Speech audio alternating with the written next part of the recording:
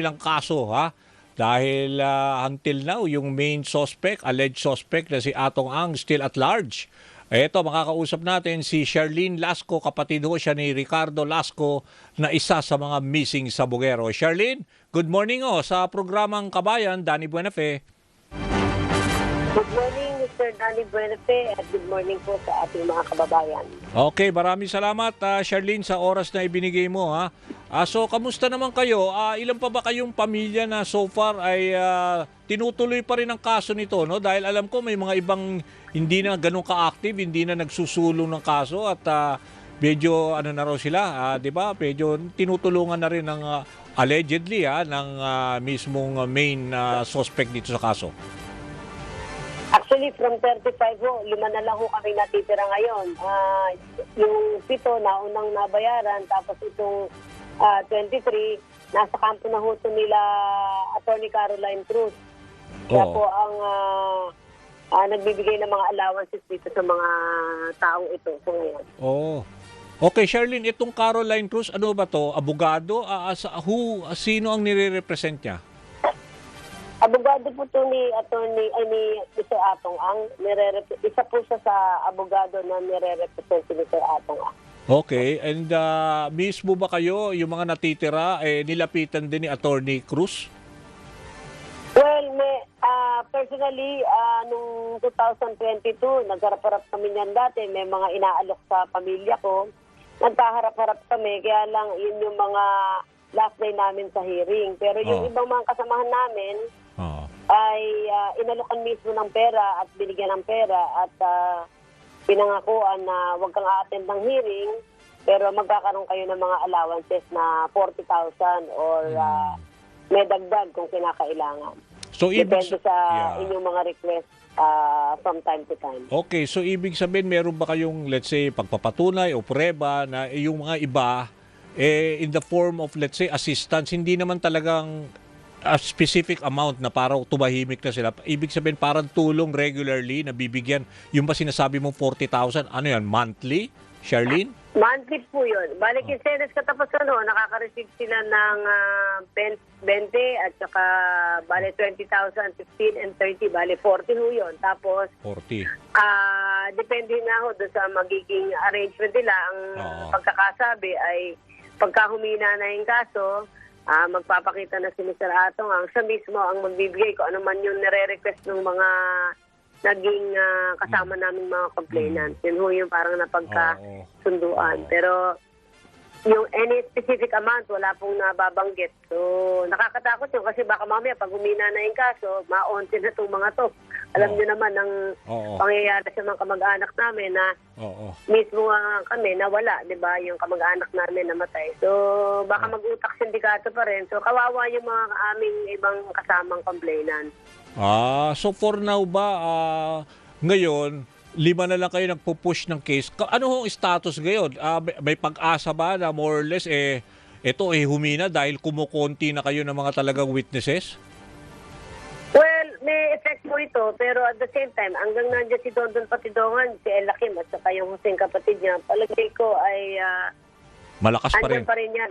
Malakas pa rin kayo. Malakas pa rin ang aming ebidensya. And then, pangalawa po, siyempre, may mga pulis na kamukha nun, may nahuli kami doon sa Napolcom. Pinasuhan namin dahil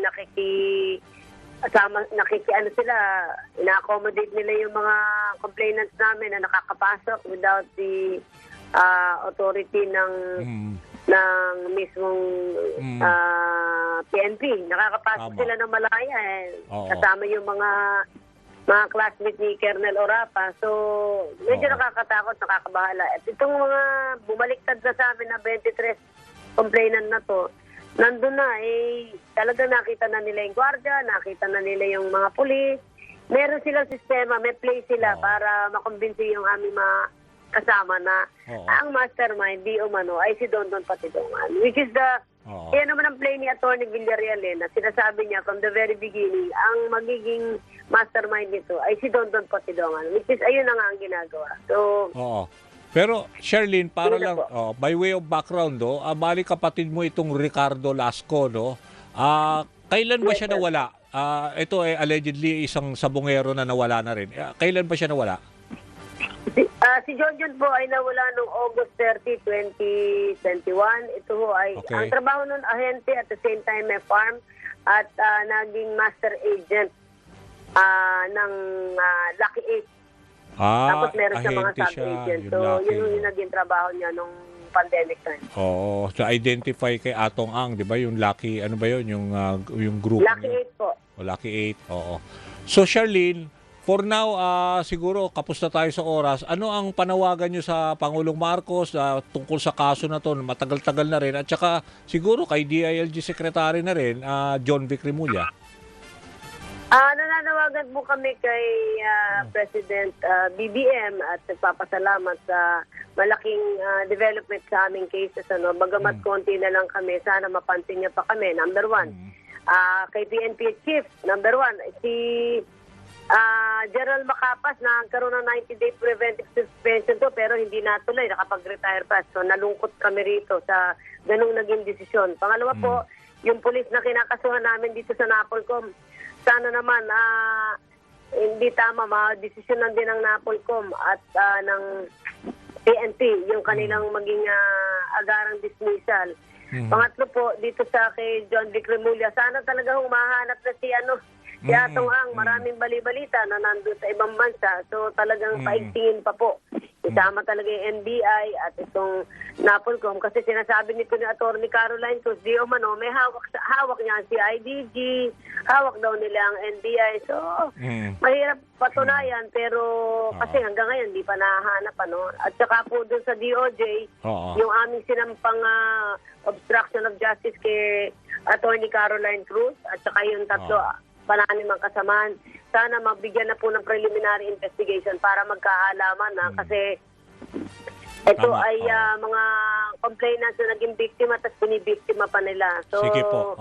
sana magkaroon po ng mapansin to ni BBM po at saka ni Sir John Vic Rimulya. Okay, so Itong for aming now, mga kaso. So for now, Charlene, para lang malinaw sa iba, kayong 5 natitira na nagpupush nitong kaso, hindi ko kayo magpapatinag, ibig sabihin tuloy ang laban. Pwede natin Ay, sabihin. tuloy po ang laban. Inumpisa na namin ito 5 taon Nagsama-sama kami sa hirap at ginawa. So, walang anumang perang kapalit ito. Maliban sa hustisya lang po ang hinahanap namin. Okay, sige. Maraming salamat, Charlene Lasco. Thank you. Maraming salamat po sa oras nyo at mabuhay po kayo. Okay, si Thank Charlene you po. Lasco, kapatid niya si Ricardo Lasco, isa sa mga missing sa Bungero. Hanggang ngayon, sinusubukan din natin makuha ang Department of Justice, Department of DILG, para dyan sa update sa kaso ng mga missing sa Bungero. At syempre, hindi natin bibitawan itong pamilya ni Ricardo Lasco at sa lahat